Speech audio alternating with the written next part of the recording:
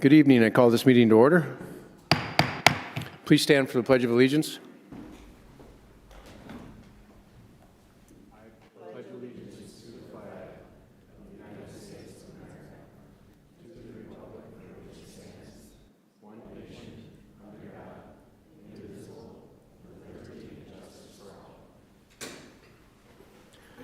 Thank you for all coming tonight. Will the clerk please take attendance?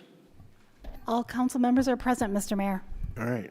Item 3 is the approval of the agenda. I would like to make a motion to amend the agenda, removing item 5B, Public Arts Commission appointments, and item 8D, an ordinance 24-020 from tonight's agenda. Is there a second? Second. Are there any comments from the public on these two items? Seeing none. Oh, please. What was the second one you got rid of? Item 8D.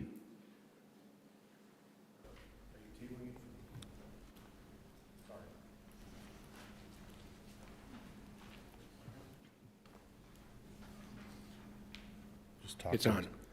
Should be on, right, Bonnie? Yep. Yeah, go ahead. Hi, name's John Neff. I live in the neighborhood for that one. You mean you're tabling it for next month, or is it The item has been pulled for now. for now? Yeah, So it's not going to be ruled on at all? not tonight or tomorrow or next week. It'll be looked at a later time. The request comes at the request of the applicant, so the applicant will have to reapply, and so once they reapply, it'll be put on a future council agenda, assuming they reapply. At that time, it'll then be made public and. That when we get another letter then, letting us know? I'm Do sorry, we get what's- another letter then? Mike, if they should reapply, do residents generally get a letter? Mike, will they have to go through the whole process again through Planning Commission and everything? Okay. No, the applicant requested to remove it from the agenda tonight because there's an amendment coming on the traffic impact study. And so they requested it be moved to the August 13th meeting for first reading, and then we go to a subsequent public hearing and second reading on the 27th of August. Okay. So it's delayed till August 13th. So it'll be our next meeting, first Tuesday in August. Okay, thank you. Yes, Thank sir. you so much.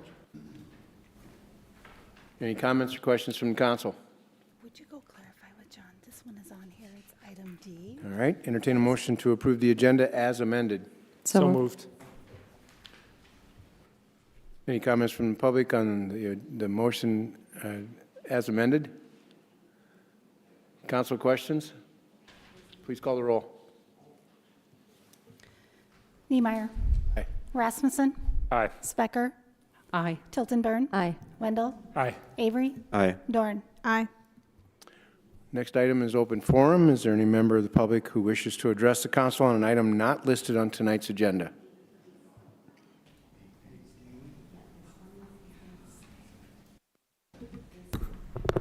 Hello, my name is Heidi Gullickson. I'm the Executive Director at the Brookings Area United Way. Tonight I'm here just to publicly invite the community and make sure that City Council and staff know all about our Early Learners Brookings Building Tomorrow community planning that we are having on August 21st. It'll be 7:30 in the morning to 8 will be kind of grab your cool beans coffee and maybe a little donut or two. And then from 8 until 11, we'll be having community planning. And so that will be at the Brookings Middle School, Mickelson Middle School. And during this time, we're going to be focusing on the Early Learners Initiative, which the City of Brookings, the school district, Brookings Economic Development, Grace Great Growth Counseling, and the United Way did sign on to as a early learner community. And so during this time, we're going to be having discussions on those next steps, and we will have a panel discussion and then also some roundtable discussions with some special guests between the age of 5 and 12. If we're going to be talking about our youngest residents and early learners, we should have them at the table as well. So open to the community. We invite you all to come. They're free to come, but we do ask for an RSVP for setup and food. And you can do that either on a QR code on our website or just call our office at 605-692-4979. Heidi, can you say the date and the timelines again? Yep. So August 21st, 7:30 to 8 will be kind of networking and grabbing your coffee. And then 8 to 11 will be those community planning sessions. At the Mickelson Middle at School. Middleton Middle School, yep. And then our number again, if you wanted to get signed up, is 605-692-4979. So we hope to have a great turnout so we can kind of keep taking those next steps. Thank you. Thank you, Heidi. Is there anybody else in the crowd that would like to address the council? Seeing none, we'll move on to consent agenda. Approval of the consent agenda. Are there any items that need to be removed from the consent agenda that have not already been removed? Entertain a motion to approve the consent agenda. So moved. Moved. Is there any public comments on any of the items on the consent agenda? Council, any questions, comments? Councilmember Duran. Thank you, Mayor. I just wanted to note that we are creating an ex officio appointment to the SDSU Students Association. This came from a couple different conversations, and one of them was a presentation that a few of our council members and the mayor, along with city staff, went to a Students Association meeting to just present with them, talk about how we could partner stronger and build a better Brookings that included SDSU students as well as all of our other community members. So I'm really excited about this appointment, and this is just another step that council is taking to partner with different community demographics and create more community accessibility. Thank you, Bree. And I appreciate Aaron and Bree stepping up to the plate to be on this as far as liaisons for us. Are there any other comments, questions? Please call the roll. Specker, Aye. Tiltonburn, Aye. Wendell, Aye. Avery, Aye. Dorn, Aye. Niemeyer, Aye. Rasmussen. Aye. Okay, we have one presentation, or two presentations, a proclamation, Americans with Disabilities Act 34th anniversary, and invite the Brookings Disability Awareness Committee, our members of.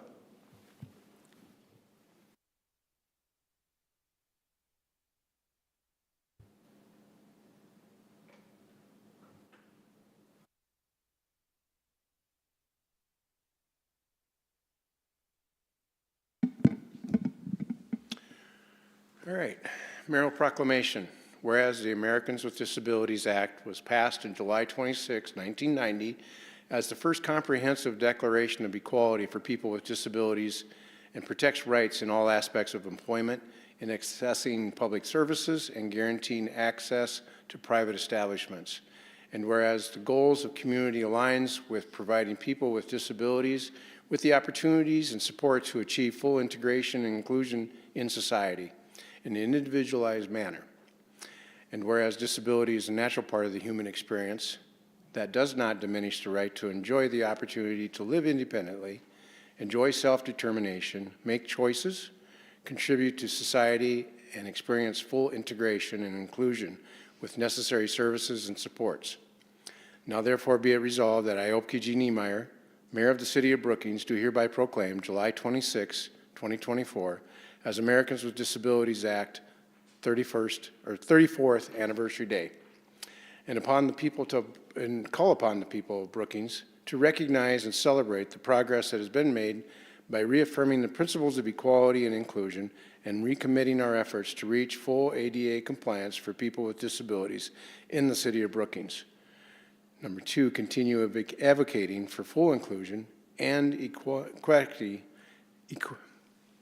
equity of individuals with disabilities in all aspects of society.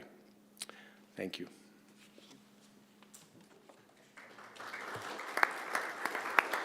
You done?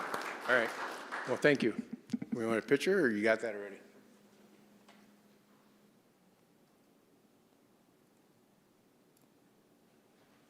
Yes, sir.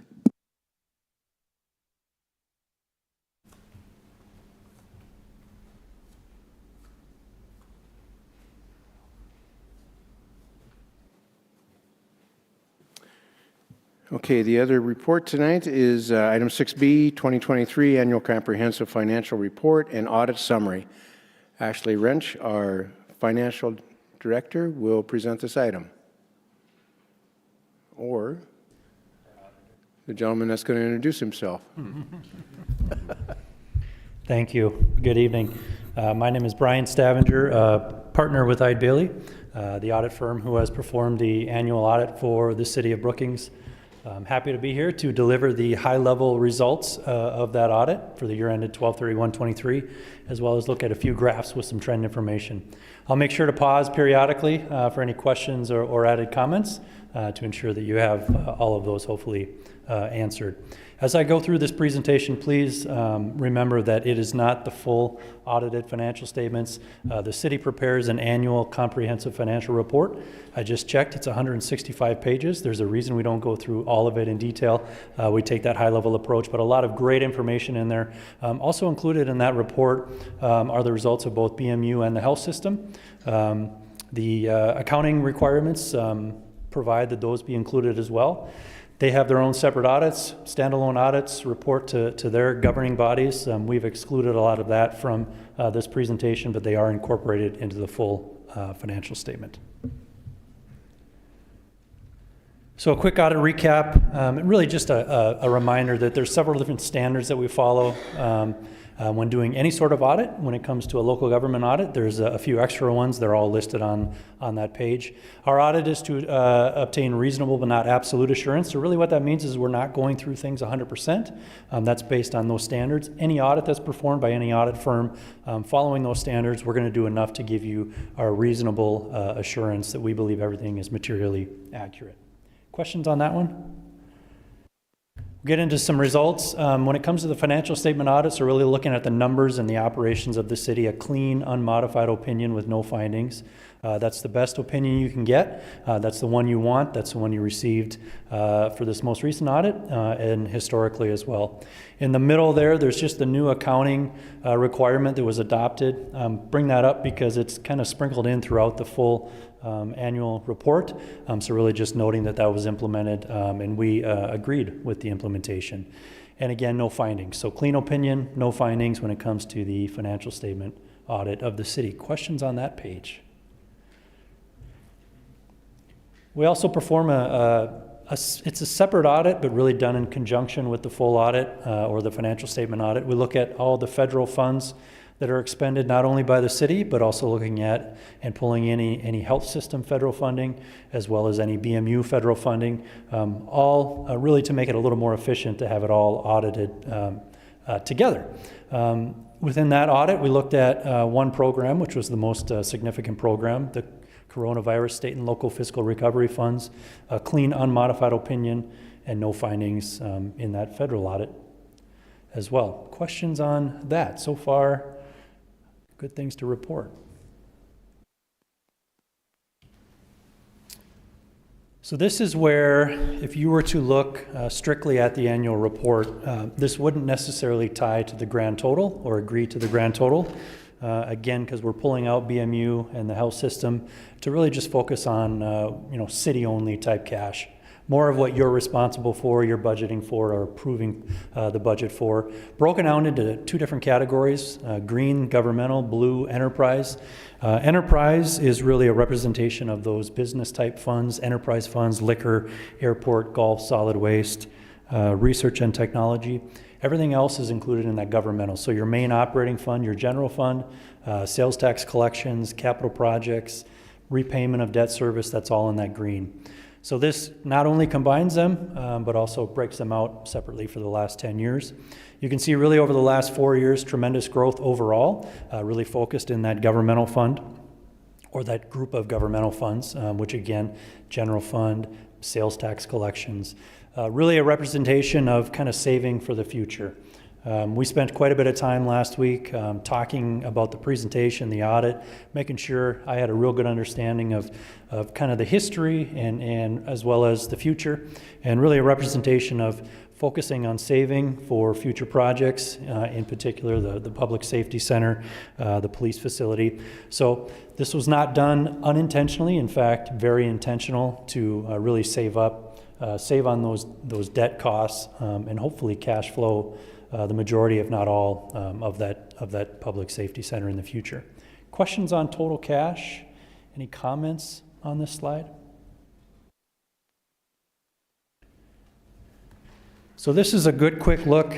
When you look at strictly cash, It's a big number. You go, okay, that's great. What does that really mean? I mean, as our budget grows, we would maybe expect our cash balances to grow along with it. So this liquidity ratio is really a way to look at what do you have for cash on hand compared to what you owe in monthly bills, your just monthly bills, your payroll, as well as any long-term debt payments that are due in that next year. So really, how liquid are you? How much cash do you have on hand to obligate for all of those liabilities? I'm first going to explain those lines. The red line, 1.0, and maybe I should do a better job of the ratio explanation. 1.00 means for every dollar that you owe, you have $1 of cash on hand. That's really the bare minimum you want to be at.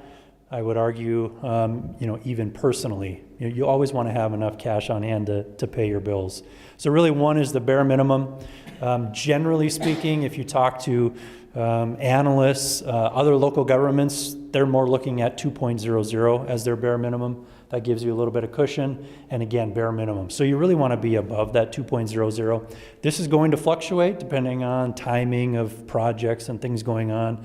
But you can see for the past 10 years, always above 3.00, and at the end of 2023, still remaining above 5.00. So what that means is for every dollar that you owe, you have $5 on hand, which is a really good, strong, liquid position to be in for the city. Questions on that one? Comments to be added on liquidity? Okay, looking at now cash and investments. So there are some investments that are included. You can see compared to your cash position, a little bit smaller, but this is a very similar pattern as follows the total cash balance. So overall, just over $60 million in cash and investments, city only, at the end of 2023. We'll then look at a couple funds just individually, some of your larger funds. First off, general fund. So this is your main operating fund. This is the revenues that are coming into that general fund, broken down in those 5 different categories. Other is a representation of mainly interest income, investment income, which is the big difference or the big growth in 2023. There's also other miscellaneous items there. But overall, the story here would be the green is intergovernmental, which is mostly going to fluctuate with the timing of federal funding. And so you can see in 2020, we all know what happened that year. In 2020, some significant funding was received. In 2022, another pretty significant amount of federal funding was received. So then as that money is received and spent, really going back to a more normal, kind of the normal federal grants, the normal state grants. Overall, good flow here on revenues in the general fund. Questions on general fund revenues? Added comments to that graph? Yeah. Are these numbers adjusted at all to a certain year? No, these are all straight numbers based on those years, no inflation adjustment or anything. Thank you. So as you collect those revenues, this is the general fund expenditures. So the different programs or areas that money is spent out of the general fund, capital outlay, culture and rec, public works, public safety, general government. As you've taken in more revenue, really a reflection of a lot of that federal money that's come in that has caused some increases in your expenditures. Thankfully, those expenditure increases offset mostly by the federal revenues. But overall, good, steady, slow growth in the last few years. General fund expenditures. Questions on that slide or added comments at all?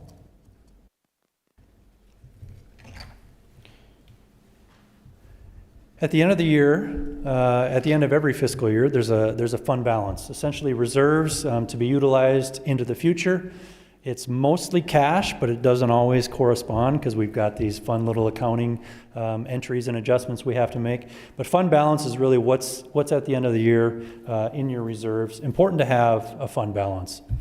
There's various components of fund balance. Unfortunately, in the governmental accounting world, there's nothing really simple and straightforward.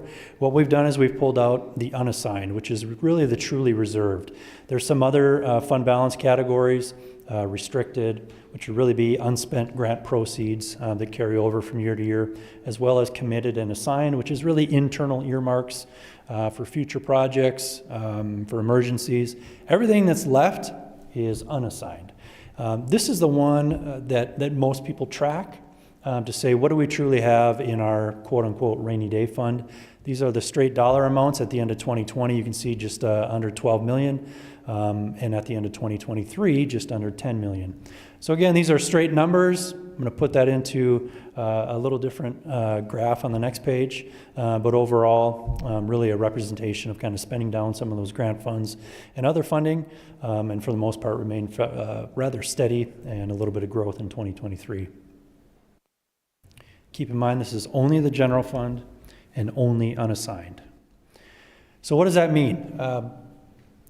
There's been a lot of talk, really in recent years. I mean, there's always talk about this, but what do we have for that unassigned fund balance compared to essentially our budget or our annual expenditures?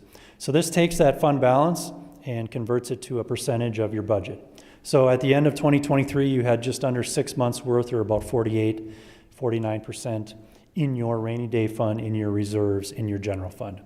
So really a good representation of, growing that fund up. There were some specific capital projects that were planned in 2020 that got delayed, kind of spent some of that money down and now building it back up.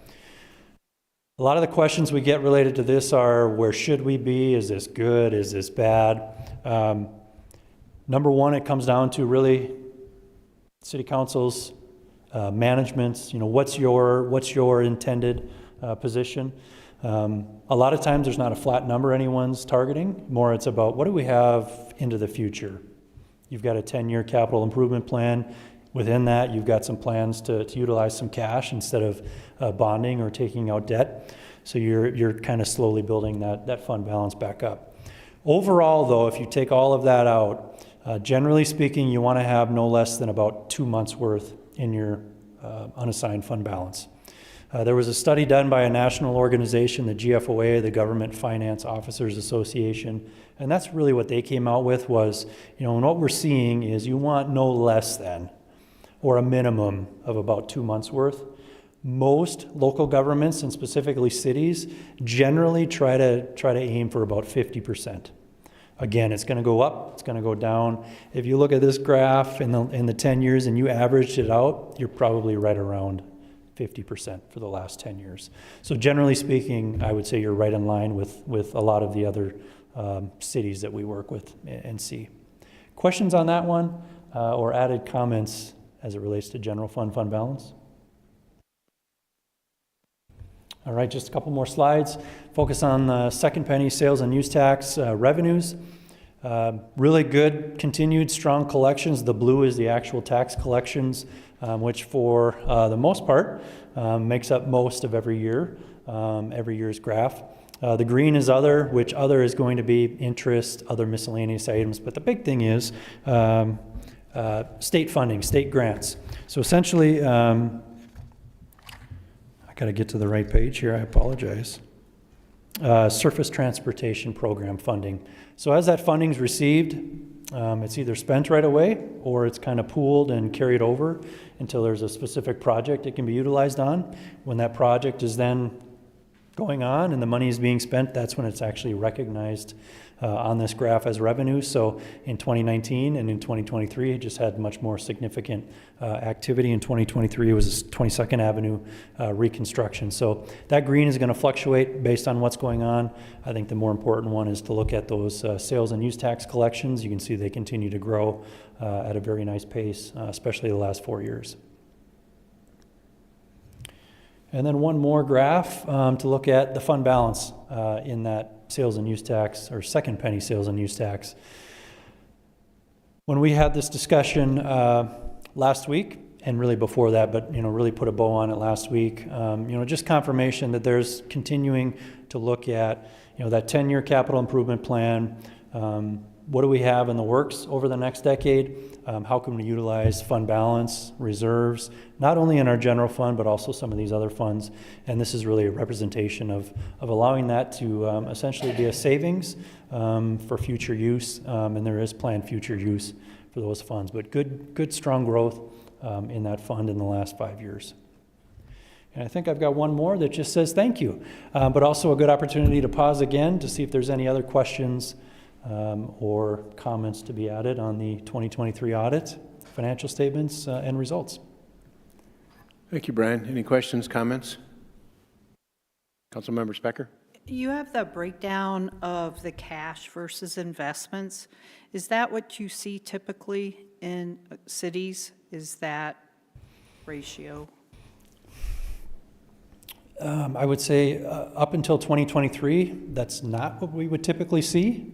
The reality is the rates on money markets and really CDs in particular are so advantageous to lock in those rates. Those are usually classified as cash within the financial statements.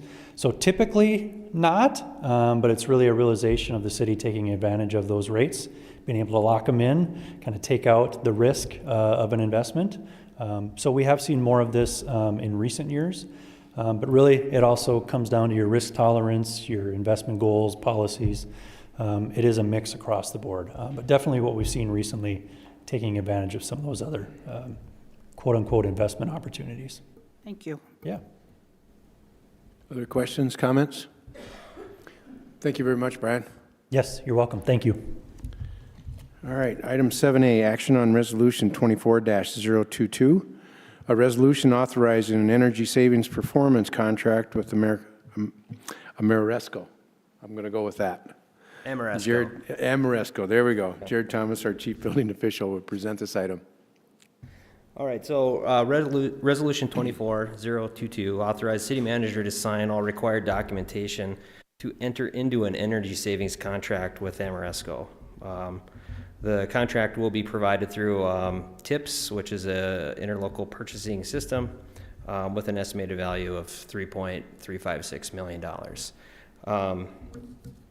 An energy savings performance contract is an agreement between a facility owner and a performance contractor, whereas the contractor identifies, designs, and installs energy conservation measures and guarantees their performance.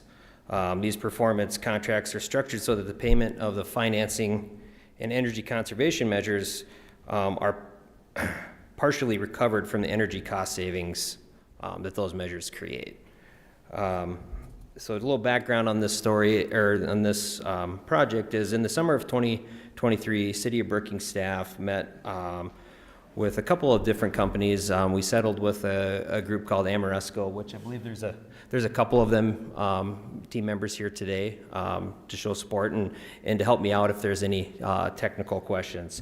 So during that time, we had a goal to develop a sustainable project through implementation of energy saving conservation measures bundled with some facility improvement measures. So the first step in this process was to provide an annual energy and maintenance cost avoidance saving assessment of all buildings, which essentially they went through, identified projects in all of our buildings, whether it was lighting projects, energy savings projects through window replacement, door replacement, seal replacement, HVAC equipment. They kind of did a very comprehensive look. Basically, they were trying to determine whether or not a project existed for the City of Brookings. The result of that investigation was that they did find that there was a project. So we continued to work. In December of that same year of 2023. They began what they call an investment grade audit, which is they came back through, they pulled detailed records of our energy consumption use. They went through every piece of equipment, went through all of our buildings, and really helped us define a scope of work that would meet the goals that we wanted to have, and then also be able to be partially funded through the energy savings. Sorry about that. Okay. So the scope of work that they really, the main focus was LED lighting conversion. When we first did our first facility condition assessment, one of the main projects that they looked at was lighting, not so much in this building, but some of our other facilities is quite antiquated, and they're using less efficient fixtures. And so that was kind of what got us on this program.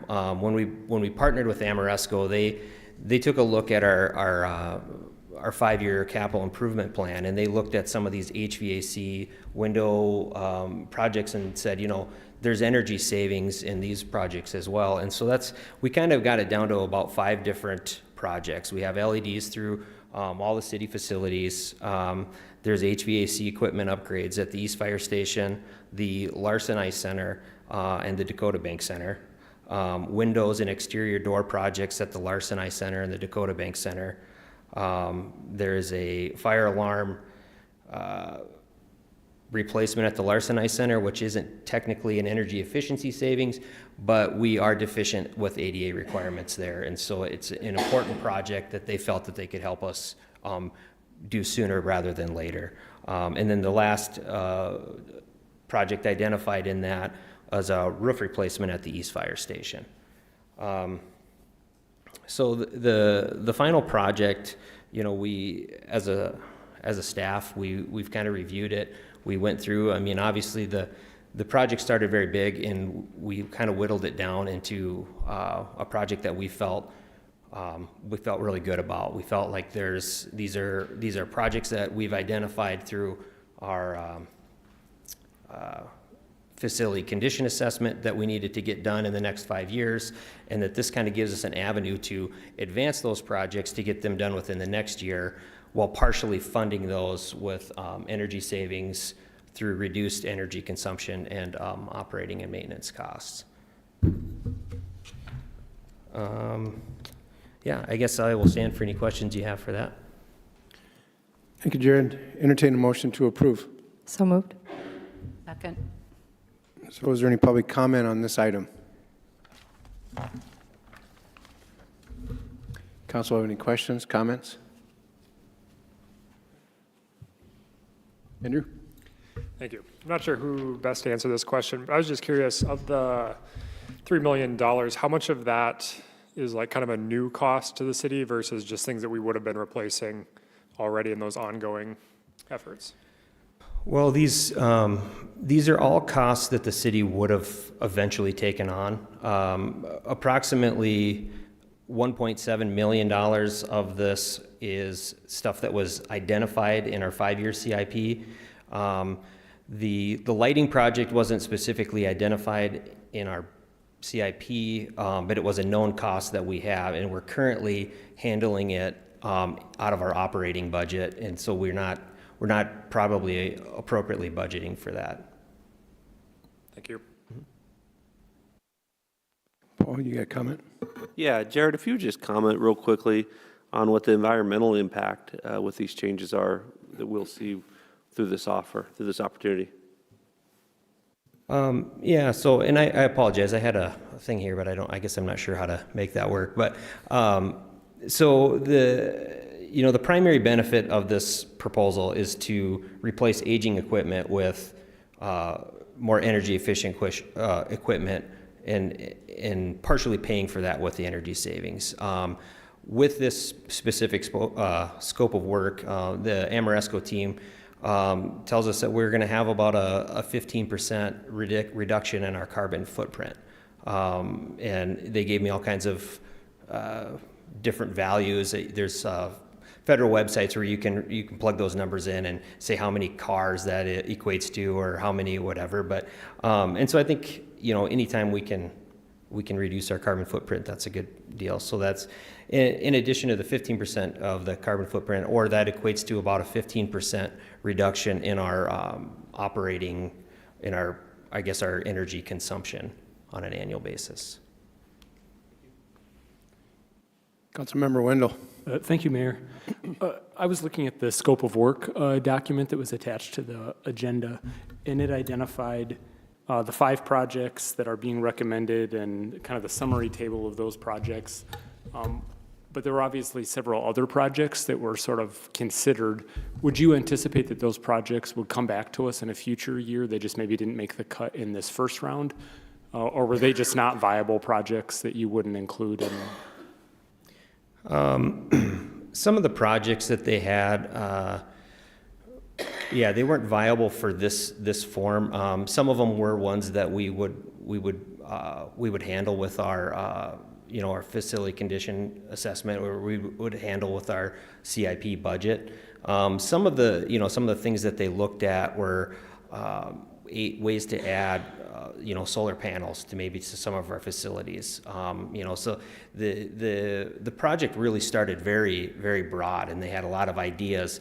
A lot of those ideas just didn't pencil for our facilities. Can I just ask a follow-up question? When I look at the summary table on page 8, each of the projects were assigned an ECM number, and I wasn't sure if that ECM number was just sort of a random listing or if they were initially assigned a number according to some value they might bring, or like our projects are 1, 7, 8, 10, and 11. Was that a particular ranking or just randomized? I don't know the answer to that question. I think there was up to, or probably a little bit more than 11 projects that they originally identified. Okay. And to clarify, when they kind of created these projects, that was on their initial walkthrough, when they identified that, when they were here to see if there was a project. When they did their audit, and that's when they really got into the specifics to see if some of those projects, made sense. And so that's probably why the numbering looks a little bit goofy there. Yep. Thanks, Jared. Yep. Any other questions, comments from council? Entertain a motion to approve, or please call the roll. We've already done that part. Never mind. Tildenburn, Aye. Wendell, Aye. Avery, Aye. Dorn, Aye. Niemeyer, Aye. Rasmussen, Aye. Specker. Aye. All right, move on to first readings. Introduction and first reading on ordinance 24-022, an ordinance to rezone outlot J in the southeast quarter of section 11, township 109, range 50 west, from a joint jurisdiction residence R3A joint district to a joint jurisdiction business B3 heavy district. Mike Struck, our Community Development Director, will present this item. Thank you, Mayor and members of the council. The ordinance before you tonight is a rezoning for property within our joint jurisdiction area located down on Main Avenue South. Many of us may remember the property formerly known as Southbrook Mobile Home Park, and then that's the property that is being sought for a rezone tonight. It's currently zoned R3A, and they're proposing a rezone to a B3 heavy business district. They would like to look at some business opportunities down in this area. The zoning request is consistent with our future land use map and our comprehensive plan, as it's designated as urban medium in intensity, and would support this particular rezoning request. This does come to you with a recommendation for approval from the development review team, and the Planning Commission provided a unanimous recommendation. As this is a rezoning in the joint jurisdiction area, I believe on August 13th, we will have a joint meeting with the County Commission to act on this particular rezoning. With that, I would stand for any questions you may have. Thanks, Mike. Is there any public comment on this item? Council have any questions or comments at this time? Okay, we will have a joint city-county meeting right at the beginning of the next meeting at 5:30 on this item. Item 8B, introduction and first reading on ordinance 24-023, an ordinance to rezone the east 151st feet of Block 1 in Northern Plains Edition from a business B2A office district to a residence R2 two-family district. Mike Struck, our Community Development Director, will present this item also. Thank you, Mayor and members of the council. Ordinance 24-023 is a rezoning from a business B2A district to a R2 district. This is located along Main Avenue South between 15th Street South and 20th Street South. The item that is up for the rezoning on the overhead map is just the little red shaded area on the south end of that parcel. The main project was constructed. It's a medical office facility, and then to the east, they were planning to do some twin home development in this particular area. There was this little outline piece was designated for potential overflow parking if needed. It wasn't constructed for the medical facility. since the time that they received approval and the time that they finished construction. We've also amended our parking requirements so they're even less. They've also discovered is, with their current operations and setup, they maybe have some extra parking, so they felt to better utilize the space. They would like to rezone it to R2 to potentially allow for accommodating an additional 2 residential units in this particular area. This does come to you as a recommendation from the Development Review Team for approval, and the Planning Commission voted unanimously to support the rezoning request, and I'd stand for any questions you may have. Thanks, Mike. Is there any public comment on this item? Please come up and state your name and address, sir.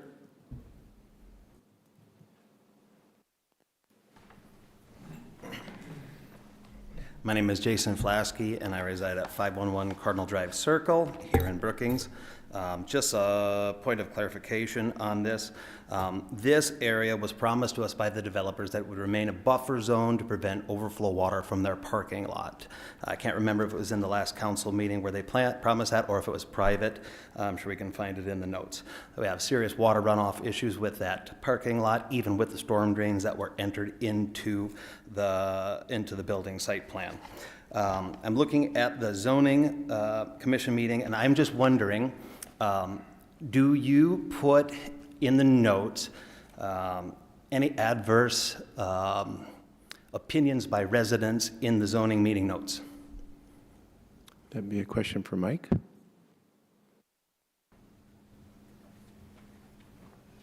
With the official minutes, they're abbreviated minutes. There's a summary of the minutes, but there's videos that you can go back and watch the entire video of the Planning Commission meetings. Okay. So in fact, if there were somebody in the neighborhood that was opposed to the zoning change, you, as a city council, would not be aware of that unless you took the time to go and watch the video. Is that what I'm hearing?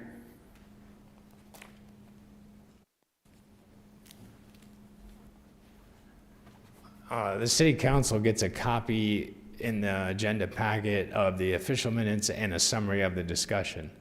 So if it's, usually if there's a proponent in support or opposed to a particular issue, they capture that summary of that discussion and include it in the official summary of the meeting. It's not in the official minutes because the minutes are simply the motion, the second, and then the vote, similar to how the council operates with their motion, seconds, and votes.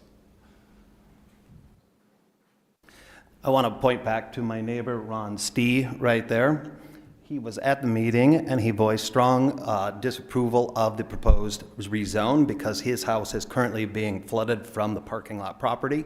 And I do not see him in the official summary. Ron, were you at that meeting? Yes. Did you voice your concerns to the zoning commission? Yes. And what was their response? From the drainage standpoint. Okay.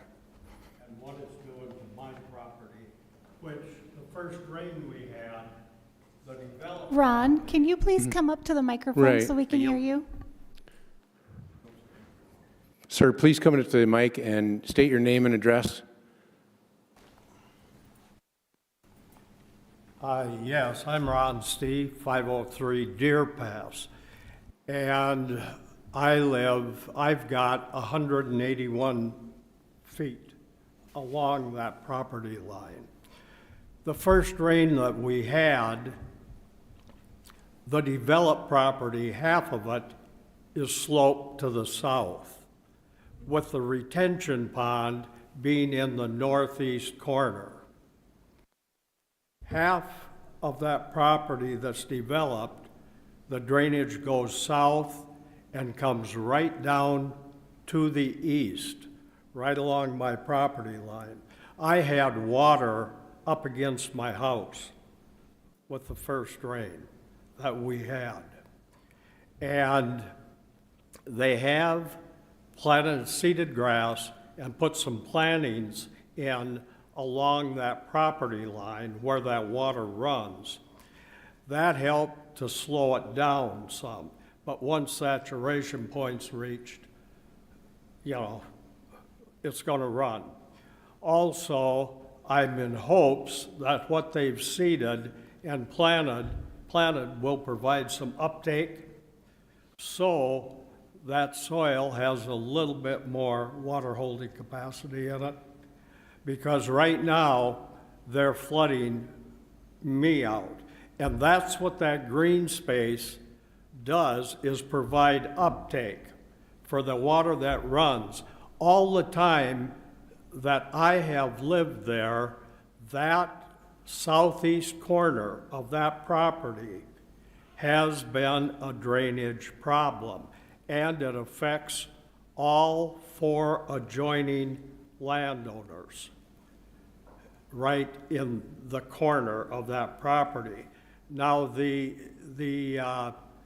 size of what they're asking to rezone is 72 feet by 151, okay? And, you know, we were told they're gonna leave that as green property. And basically, it's to help the drainage. Now, I was told by the designers that they're going to put in a swale, okay? And they were originally supposed to put in a berm, which has not been done. And what was being planned in that little red box, the first wall of the home basically was 18 feet from my sunroom. And in looking at from the property line to the first wall was 8 feet. Now, if they're gonna put a swale in and a berm at the 4-foot mark between the property line and the first wall is the electrical wires running. Those electrical wires come from South Main. That's the feed. It comes down past me and down to the east corner of my lot. It's not going to be done because I don't think they can put a berm or a swale and the drainage from that swale over the municipal utilities. So it'll come up and they will say, well, being there's utilities there, we aren't going to be able to do the swale or the berm or either one. And that's why I am against the rezoning.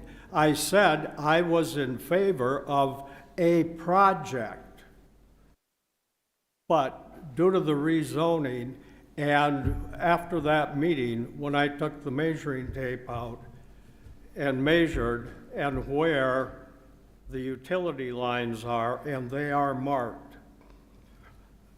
it's right basically in the middle of where their first wall was and the property line. All right. Thank you very much for your comments, sir. Pardon?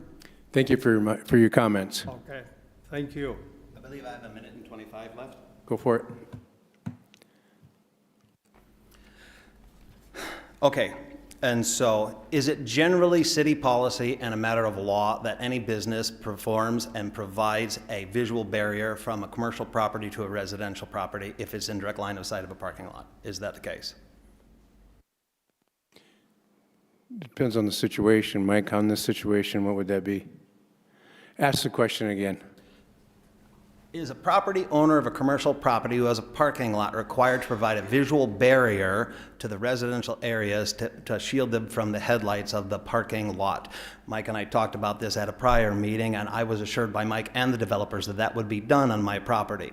I live directly east of that little chunk of land right there, and I spent the winter watching headlights flash into my kitchen window with no visual barrier, which was promised, and that one was promised at the city council meeting. So it's my understanding is they've never actually paved that section of the property, that corner. That little corner, the area that's up for rezoning was originally intended to be a parking area with screening around it. And then that's what they're proposing, to rezone to a residential use. Without that little segment being developed, there wouldn't be any requirement to go down there and put the screening on the very southeast corner of the property. Basically, just along your property line, there would be no need for it because it's not a parking area. It's 150-some feet from the property line. So there wouldn't be a screening requirement at that particular location. If they would have developed the parking area, yes, then the screening would have came into place. Was the parking area on the original and the most previous site plan? I believe this is an opportunity to take public hearing and not a question and answer debate. If you want to visit with Mike later, you certainly can, but for the sake of time, I believe this is an opportunity to hear. We'll discuss the this at a individual. future time. I yield. Yep. Are there other comments on this item from the public? Yeah, I'm Kyle Roush. I'm the developer on the property. I don't have a lot to add, but I just want to let you know that we are perfectly following the engineered banner drainage plan for this property. It is an active construction site, and these guys are correct. We do need to add a berm along the east side of the property. Originally this property on almost its entirety drained to the east. I would say 50 to 70% of that has been now diverted to the northeast retention area, and the entire parking lot does. And there is a small part of there's just a small boundary between the parking lot and the residential that does drain in this direction. That's something that I have reached out before these meetings to talk to these homeowners about, and wanted to make sure that everybody's happy. And I'll definitely continue to do so, but just so you know, this was an engineered plan. We are following it, and that is registered down there with the city office. Thank you. Thanks. Any other public comments on this item? Council comments, questions? Councilmember Tilton-Burn. The item before us tonight is a rezoning request. Currently, it looks like the area is Zone B2A, and the request is to go to R2. Can you give just a little synopsis about the difference between what types of things can go in those two different zoning areas? So the B2A is a office type zoning district. So typically any professional office type uses would be allowed there. The R2 is a residential zoning district, so single-family, two-family dwellings are allowed by right.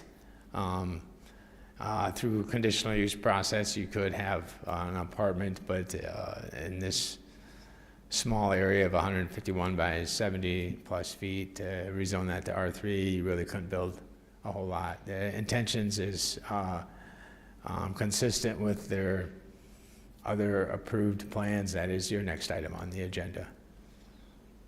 So the reason I asked that question is because when it strictly comes to zoning, the issue before us right now, whether it's B2A or R2, at this point, we're really looking at a piece of property that could be developed one way or the other. It's just a matter of what would go in that space when we're looking at zoning strictly. Correct. And so with the current B2A, and based upon the medical office building, this was intended to solely be a parking lot. And so they've determined that the parking area is not necessary to support the business use to the west, and would like to rezone it to a residential use to provide additional housing opportunities. Thank you. Any other council member Wendell? Thank you, Mayor. As we think about changing the use of this corner of this property, Mr. Steen had made a note about the presence of utilities and his questions about whether or not a berm could be added or if the drainage plan could be fulfilled given the presence of utilities. I'm going to assume those utility lines were accounted for when the drainage plan was engineered. Does this zoning change require a revisiting of drainage patterns in this property or the way water might move? No. The drainage plan covers the entire area. The utilities in there are underground utilities, electric, maybe telecommunications. You can berm over the top of that. It's, pretty easy. You could do a swale, you just have to be careful how close you get to the utilities. They like a certain amount of coverage over their utilities just to protect them, but the drainage plan really doesn't need to be altered or anything. It's actually going to be less surfacing than if the parking lot was proposed. Okay. We'll move on to the next item. Item 8C, introduction and first reading on ordinance 24-024, an ordinance to permit by conditional use permit townhouses on blocks 3A and 4 in the Northern Plains Edition, City of Brookings, Brookings, South Dakota. Mike Struck will present this item also. Thank you, Mayor and members of the council. Ordinance 24-024 is a conditional use permit for this area that we were just talking about on the rezoning. The conditional use permit was authorized for this, for the yellow area, not including the red area last year. The developer did not or was not aware that a conditional use permit, if you do not start construction within 1 year, that it essentially fails or expires is a better term. And so they're back applying for the same project. They were previously approved for up to 20 twin homes in this development. That's what they're proposing. The caveat to this is previously they were approved for up to 20 twin homes over a smaller area, and if the rezoning is approved, that area would expand, so it'd be the same number of units, but just a little bit larger area in which to construct those with. We did break it down with the Planning Commission, where they wanted to break it down into the different blocks that are being proposed. So they did, Planning Commission voted unanimously recommending approval for a maximum of 8 townhome units in Block 3A and a maximum of 12 townhome units for Block 4. As I mentioned, it does come as a unanimous recommendation from the Planning Commission, and the Development Review Team supports the conditional use, and I'd stand for any questions you may have. All right. Thank you, Mike. Any public comment on this item? Please come up, state your name and address, sir. Jason Flasky, 501 Cardinal Drive Circle, Brookings, South Dakota. I'm directly to the east of this property. Just a quick couple of points of clarification. I'm reading the ordinance 24-024 that is being proposed right now. In section 2, it says that said application for conditional use permit satisfies the requirements as described in section 94.282 of chapter 94, article 5, division 3 of the City of Brookings, South Dakota Code. Can somebody read that ordinance for me? Does anybody have any idea what that ordinance says? Do we have the city attorney here today? He's stranded somewhere in an airport. Shall I read it for you? Section 94-282 of Chapter 5 of the zoning ordinance states, this use shall be located in areas where the noise generated by such use would not be a nuisance or detriment to adjacent properties. This is speaking of kennels. A fence separating the kennel operation from adjacent properties shall be required. Kennels within 400 feet of a residential district are not allowed. Kennels in conjunction with an animal hospital or indoor confinement may be established less than 400 feet from a residential district. I don't know what happened there, but my house is a lot closer than 400 feet.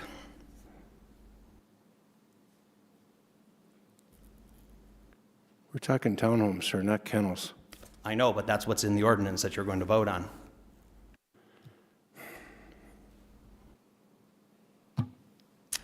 One more point of clarification. Section 3, that all sections and ordinances in conflict herewith are hereby repealed. Is it common practice for the Zoning Commission and the Utilities and the Planning Commission to write an ordinance, or maybe you guys wrote it, I'm not certain, to waive all zoning ordinances for said property? Is that common practice? So by my reading, they could have a strip joint put in there because all zoning ordinances are waived and repealed.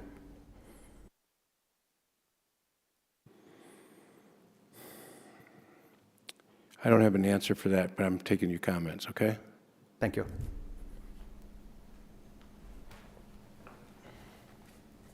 Any other public comments on this item? Any comments, questions from council? All right.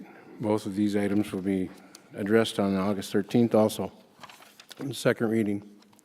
Item 9, second readings and public hearings. Item 9A, second reading and action on ordinance 24-010, an ordinance granting a franchise to Interstate Telecommunications Cooperative Incorporated to construct, operate, and maintain a cable television system in the city of Brookings, South Dakota, setting forth conditions accompanying the grant of the franchise, providing for regulation and use of the system, and prescribing penalties for the violation of its provisions.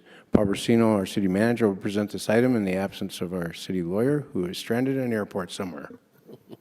Thank you, Mayor.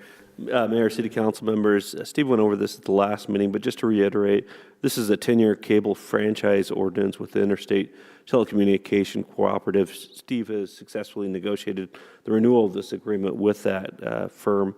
The negotiated rate is at 5%. Steve and staff does recommend approval as presented. All right, thanks, Paul. Entertain a motion to approve. So moved. Second.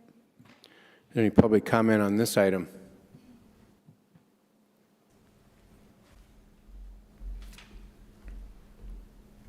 Good evening. My name is Ryan Taylor. I am an attorney with Cutler Law Firm, appearing on behalf of Interstate Telecommunications Cooperative.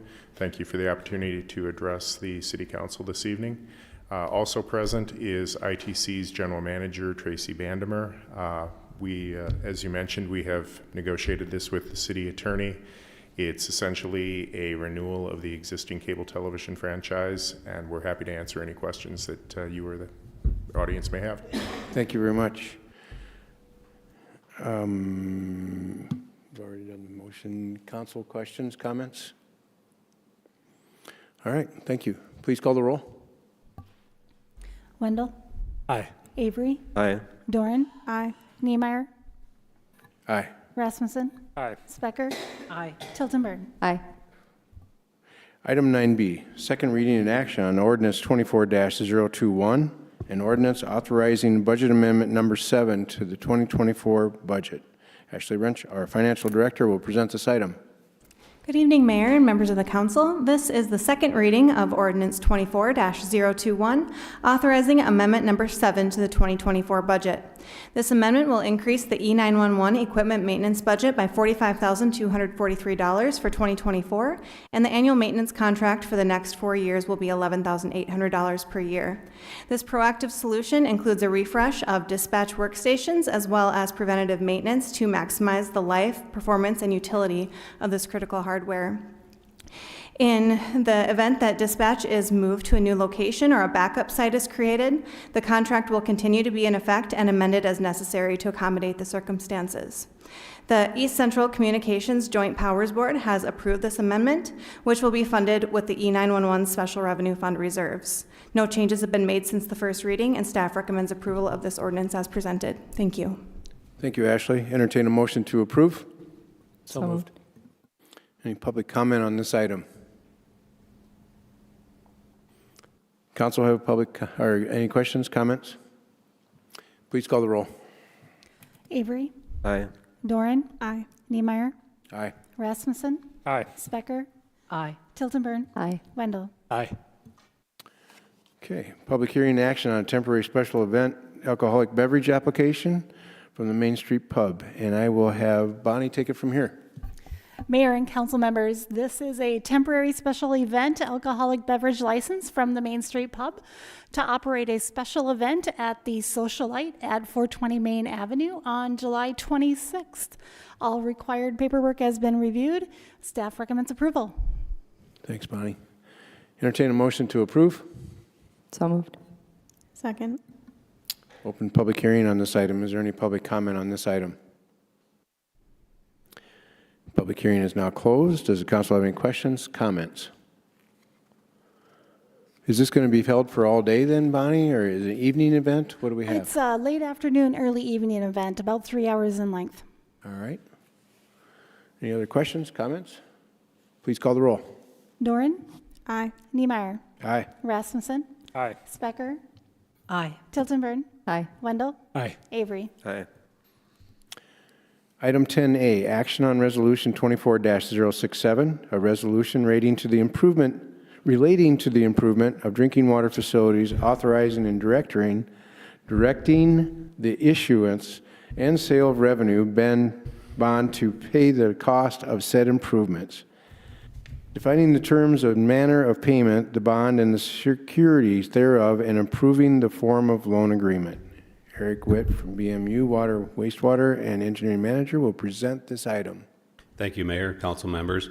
Yes, Eric Witt, Water, Wastewater Manager, acting tonight on behalf of the Finance Manager who was not able to make it. This is the second closing of the second SRF loan for the water system upgrade. There was 2 loans required for that project. So this should all seem familiar in the sense that we've closed on the first loan 2 years ago. A public hearing for this current loan was done at that same time. So we've gone through the closing on the first loan. This is a second loan for an additional $40.7 million. It's been reviewed by City Council, City Council and our BMU Bond Council. So would request approval.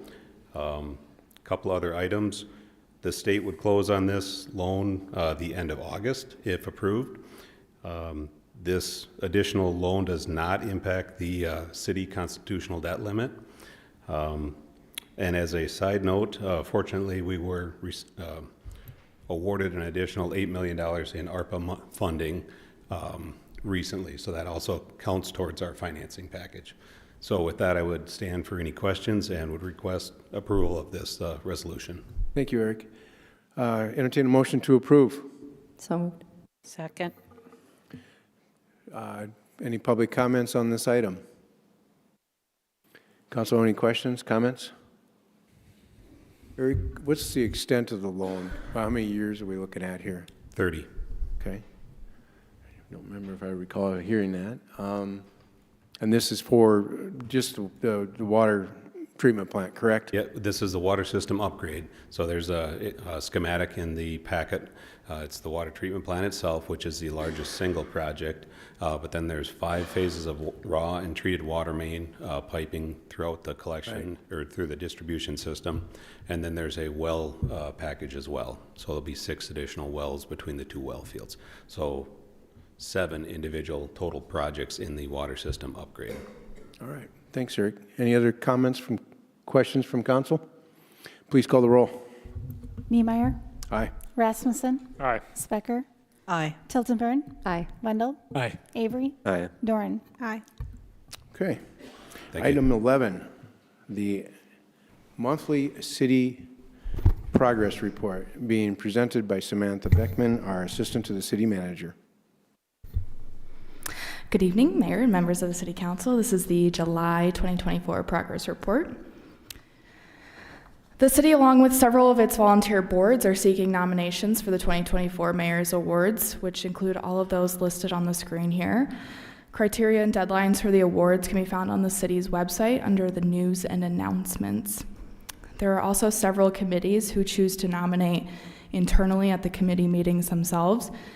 However, they are always open to recommendations. So if you would like to give a recommendation to any of those awards listed on the bottom right-hand corner, just get in touch with the corresponding committee. And all award recipients will be recognized at the Mayor's Holiday Party and Awards event at the Dakota Bank Center on December 4th. The engineering division has several ongoing projects, including the University Boulevard and 22nd Avenue sewer improvements, which started in May and will be wrapping up in September. The street maintenance and overlay projects are also making great progress and are expected to be completed in October. Our slurry seal and chip sealing projects will both be wrapping up in the next several weeks, and our concrete maintenance project is still in progress with a target of September completion. BMU has several ongoing projects as well. The 20th Street South project is substantially complete with just a few checklist items that are remaining, and 34th Avenue is closed at 6th Street and will be complete in November. The Solid Waste Division is working on their first steps of the Solid Waste Master Plan, which is education and outreach. They'll be doing this by wrapping some of the collection trucks in educational messaging that helps spread awareness on recycling. The leachate force main design project has been awarded and designs are expected by the end of 2024 and groundbreaking on that project in spring of 2025. The design for the parking lot at the landfill has been completed. They're just waiting on the contractor to start that work still this summer. And agreements have been signed with an outside consulting firm to complete an operational analysis to see where the division can make some operational efficiency improvements. Construction will also start yet this summer on the landfill equipment building. An e-waste program is in development stages, and we are still expecting a new collection truck this year. We will also be hosting the 2024 Household Hazardous Waste event on August 17th at the Dakota Bank Center, so stay tuned to the city's social media pages for updates on that upcoming event. Officer Scott Roberts has graduated from Liberty University with a master's in criminal justice and a specialization in law enforcement leadership this past month, so congratulations to him. We also have 2 new promotions within the Brookings Police Department, one community service supervisor, and one accreditation manager. So congratulations to both of those individuals as well. Officers staffed several community events over the past month, including Juneteenth, the Pride event, the Optimist Kite Festival, and a downtown motorcycle event, and also completed some underage drinking initiatives.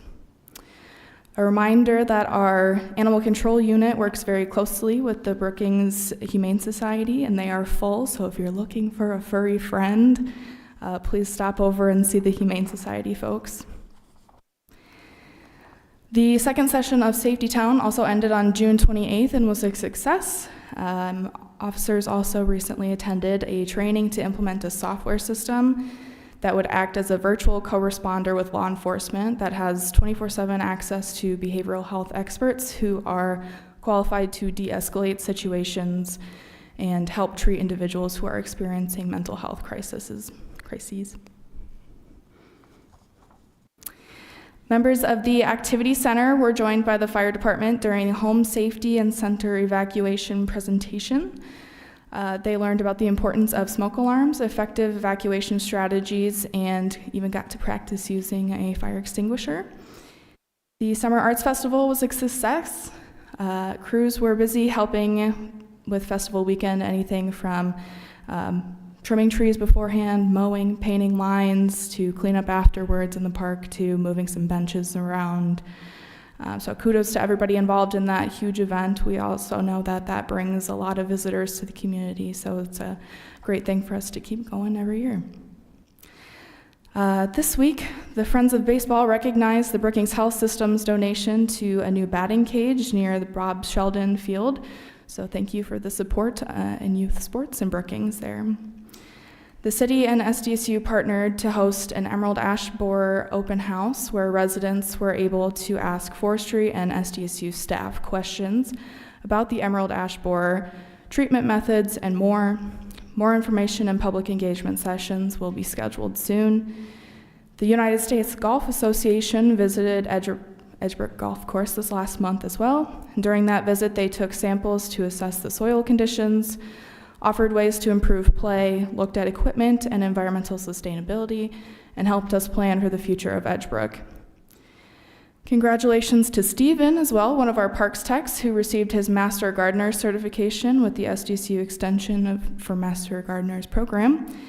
The Parks Department also has several ongoing projects listed up here. We've got several basketball courts around town that were power washed and are being painted currently. Concrete was poured last week at the Hillcrest pickleball courts. That takes about 30 days to cure, and then work can commence on that, but we're still looking at a targeted date of opening it this fall, so we're on track there. On July 7th, we also had the rededication of the Pioneer Band Shell. The project, just so everybody knows, included drainage improvements, stucco and concrete repairs, and improved access ramps to the stage. Early on in this process, contractors also discovered the original facade had scalloped details, so they were able to bring those onto display again too. Thank you to everybody who worked on that project and who came out to that event. I heard it was a great time. The Dakota Bank Center also will host 12 event days in July. The biggest highlights there were the Uncle Sam Jam with about 1,400 attendees and the fireworks display. There was approximately 1,040 children and teens that signed up for the summer reading program this year. The last day for the children's program was July 18th. The last day for teens is August 9th. And the last day for adults is August 16th. There was also 344 people who enjoyed the 605 Magic Art Bus on July 10th. And registration for the life-sized Oregon Trail opens July 29th and will be played Monday, August 5th through Wednesday, August 7th.